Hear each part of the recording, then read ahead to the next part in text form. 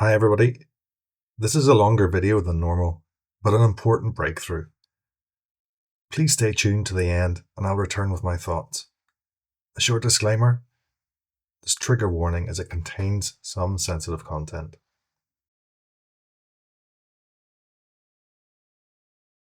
Good morning everyone, it's Chris Wilson here, day 6 of 43. Doing an early morning one today.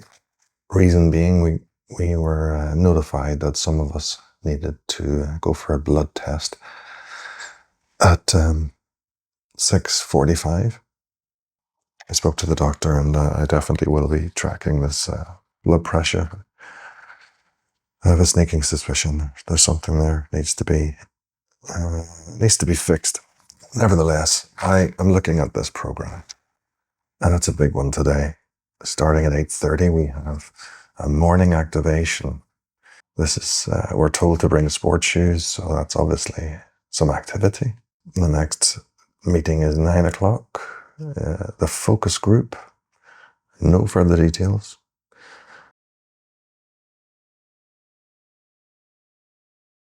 Hello everybody. I'm just back from the morning session. Actually, I was back about 40 minutes ago. And it was unexpected. Very unexpected. The next group was the one I'd like to talk about. It was called a focus group. And so you go in and you don't know what to expect. But we were given 3 sheets of paper. 2 sheets explaining the rules and a blank piece of paper, and you had to draw your, what they called, house of life. And so we draw a sort of schematic diagram of your house and how those are split by rooms, and talking about your working life, family life, recreation, and so mapping it out, what it's like at home. And so I did it nice. Let me just grab it one moment. So I don't know if you can see that, but essentially here I've drawn out a kitchen area, an outside seating area, bedrooms, toilets, and on a separate page for each of the rooms, describe that room. But the focus was actually working life. And so it started with your working life. Why did you apply for the job? What motivated you for the job? What is it like in that job? Now, those of you who don't know me, I work in IT, mainly with remote teams. So remote teams means they're not in a physical working office in the place where you work. They are scattered around, in my case, Europe, various locations. Yeah. So most of my time is spent in one of these rooms. And I identified them as those red squares. And that has been mostly in the bedroom in the last few years. And my kids' bedrooms, just to try and rotate it. And but anyway, that I went on to also highlight where we spend most of our family time and where I go to relax. So I prepared this, and then we were asked to volunteer to speak about what you've drawn here and what it's like for you currently. And so 2 of the patients did theirs. And I was very eager to speak. Now, I had this burning desire to put my hand up, and the opportunity for a 3rd speaker came, and it was after a similar story to mine. And so I put my hand up and I just started to speak in my best German, but I didn't care. I had this burning desire to get this out. You know, it's It's been a little lethargic last few days and a little waiting around, and I knew this was coming, and it was very intense. And I guess this is the idea of the exercise. So I talked about working in IT, home office most of the time, and how much I don't like going to the office because it's social situations and work is difficult at the moment, and I like to be home. But I think working from home has its pros and cons. Yeah, you can fit some sporting activities around it without the commute to the office. You can cook at home what you want, when you want. The list goes on, yeah. But for me, work is chaotic enough, yeah. It's chaotic with family responsibilities, with younger children, nothing. This is normal life, yeah. The challenges of normal life. But when you mix in work, it's an invasion of privacy. Because of 80% of my time is sat in front of a laptop, and you feel like a slave to the laptop. There are times when I'm sitting on the laptop, I need to go to the toilet. But in fear of other colleagues watching me, in fear of them calling me, I sit on the laptop until the scheduled break.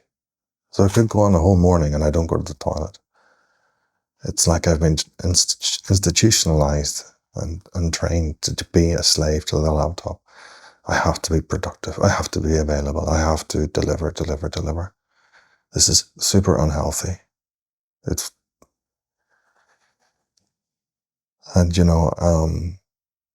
I'm the type of person that internalizes it all, and I explode.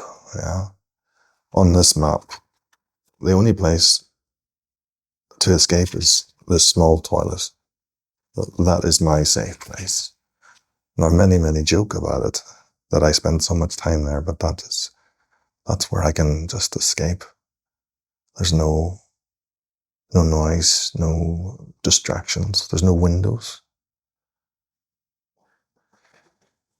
It's kind of sad. It's kind of sad that I'm retracting uh, myself into those situations. There are times where my wife would come home and I have been sitting in the bedroom working all day and I haven't opened the blinds. It's just darkness. And it's no wonder at the beginning of the year what happened, where my body just decided to shut down and stop. Now we're in this rehabilitation clinic. It's been, 7 months since my symptoms were really acute. So, albeit, I've come back to work in the last 3-4 months, and those symptoms were creeping in. But I think it's good that I don't come here, and it is designed anyway that way, that you don't come in here when your symptoms are, let's say, ripe, so that you have the headspace to get out of the work and life bubble and really recover. And after my story, I also talked about the difficulty of work. I'm a bit reluctant to share so much about it. There are certain types of people I struggle working with, and I keep meeting them, and yeah, it's just hard. And I end up just running away, and that's why I'm leaving my company end of January. It's difficult. It's like I'm the person that wants to work. I like to work. I'm motivated by a nice team, and not all of my colleagues in my current position give me trouble, but there are just some that really, really do, and we are not meant to work together. In fact, I'm beginning to think it's the system within and how I struggle to navigate that system. That's also part of the problem. Let me know in the chat if you're having similar issues, because it's good to talk. I can tell you now, I sat outside, there's a chair facing the sun for 30 minutes. I sat there and it didn't move before this video. I wanted to make this video because it's pretty raw, since I spoke up and I got like 10, 15 minutes. I've been waiting for that chance. Today felt right. I don't know, the exercise just brought everything forward. That's not in my entire history. This is my current situation. There's been a lot of events, and life is life, yeah, that bring you here. And I appreciate I'm not so coherent how I'm presenting now. It's just the way it is. But I tell you what, I feel this is why it's good to talk. This is why I created this channel. After that, I felt I had tremors, yeah, after what I presented. But after sitting in my own thoughts, and everyone's gone for lunch, I'm up here on my own. But it feels great. And it won't be the last time I speak up and explain my story. And maybe I'll dedicate a video to that story in full one day. But just talk. If you're out there, don't internalize it like me. It just builds up and builds up and builds up, and you can't handle situations which are normal family situations where you have to run away and hide in a toilet, where you overexert yourself with sport. You have to take it out elsewhere. Good that I do that and not, take it out on substances and on whatever else.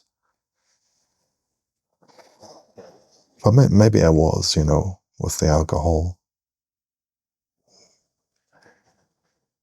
It's good to talk. I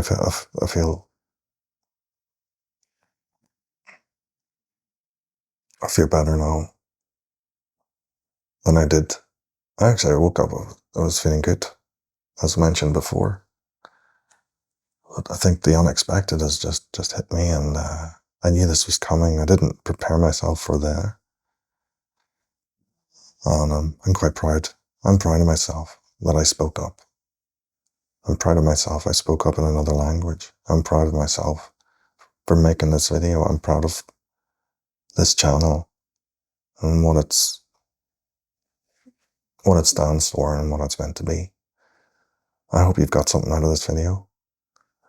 I'll come back later at the end of today and maybe fill in the gaps of this morning and what's happened this afternoon. Thank you for listening. Take care.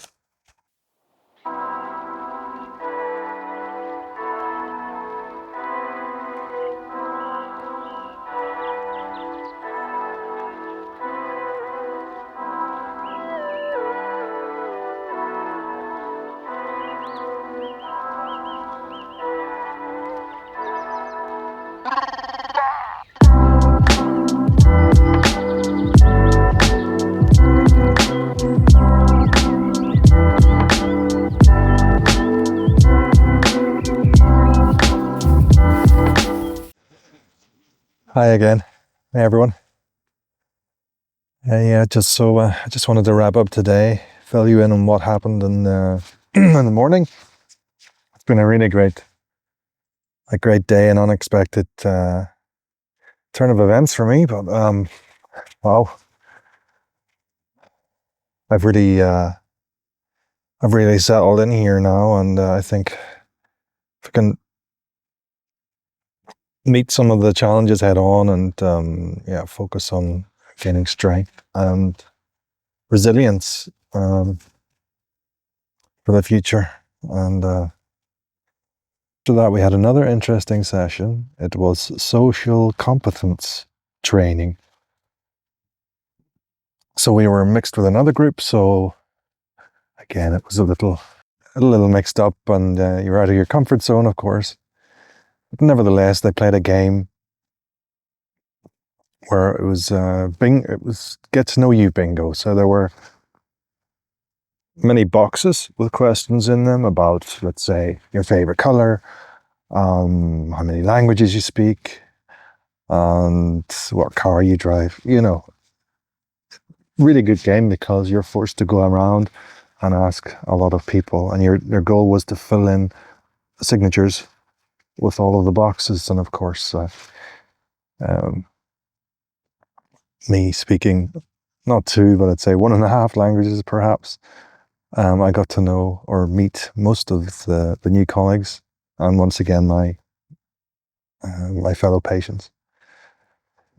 So that was nice. And then I think there was another highlight this afternoon. I made a mistake. The German word Achtsamkeit is mindfulness. I misunderstood it as Einsamkeit, which is loneliness. So I was kind of prepared for a completely different session. We did a mindfulness exercise where in groups of 2, one of you closes your eyes and the other one guides you outside. Not allowed to open your eyes, so you're putting all your trust in your colleague, and they're guiding you. This was kind of difficult, but I already feel like the patient that I was paired with, we have already clicked, and I had that trust. So he had his hand on my shoulders, and he was leading me around, and then it was his turn, and I was leading him. So just put your trust in someone else, and it's almost like a guided meditation, but with mindful walking. Yeah, highly recommend it. You can do it in pairs anywhere. And then the best session was we had sport in the afternoon. So we had basketballs and volleyballs. We were put in pairs again, and it was left hand throw, right hand throw, double throw, backwards throws. Maybe a little going back to school, maybe what seemed like a bit basic, but that was fantastic. And then we played games of volleyball, but volleyball with catch and not, so it was also played in a way that everyone could be involved, and that was a fantastic, the feeling, the team came together, and it was really powerful, and we've already booked the court to play again tomorrow and Wednesday, so it was fantastic. Really powerful day. Really happy now. Obviously, I've let some things out, but what I would like to say is it just goes to show that if you have the opportunity to come to places like this, take it. Yeah, be open-minded. Yeah, I'm going for just a casual walk now. I'm taking some beautiful clips. The weather, the time of year is really, really nice right now. Of course, we're coming to the end of autumn, but as you can see, the vines are growing, the leaves are browning and redding and orange. It's fantastic scenery. I tried to capture as much as I can this week for that. I'll stop waffling now. This is Chris Wilson, and that's where I'm at. I'm really happy for me to have had that moment. Drawing the map of our home and discussing work and life and how it looks like for me was a realization again how messed up my situation was. I was hiding in the toilet. What I learnt now was avoidance. COVID was a huge change to working life. We felt like we adapted, but it really did change our lives, and I can see how my addiction to work was playing out, but also how I was also avoiding the office for many reasons long after COVID restrictions were lifted. It was something I knew deep down, but drawing it out on paper brought out the emotions and a bird's eye view of my reality. At the time of releasing this video, I've returned to a new workplace, but I'm insisting to go to the office every day. I'm trying to retrain myself socially, and it helps reinstate the work-life boundaries. So far, so good, although it's very exhausting. Looking at my reaction, once again, it was difficult for me to talk about my work without anger and frustration. This mindset was still of victimhood, and I know now this is not the right path for recovery. But there was a clear relief that I was able to talk within the group and share. I could see this was a weight off my shoulders and brought connection within the group. I remember it helped me with my anxiety, and I was feeling at the time less isolated. Do you see similar patterns in yourself or others? Let me know in the comments below how this plays out in your life and what you do to remedy it. Thank you, community, for watching and your growing support. Until next time, take care.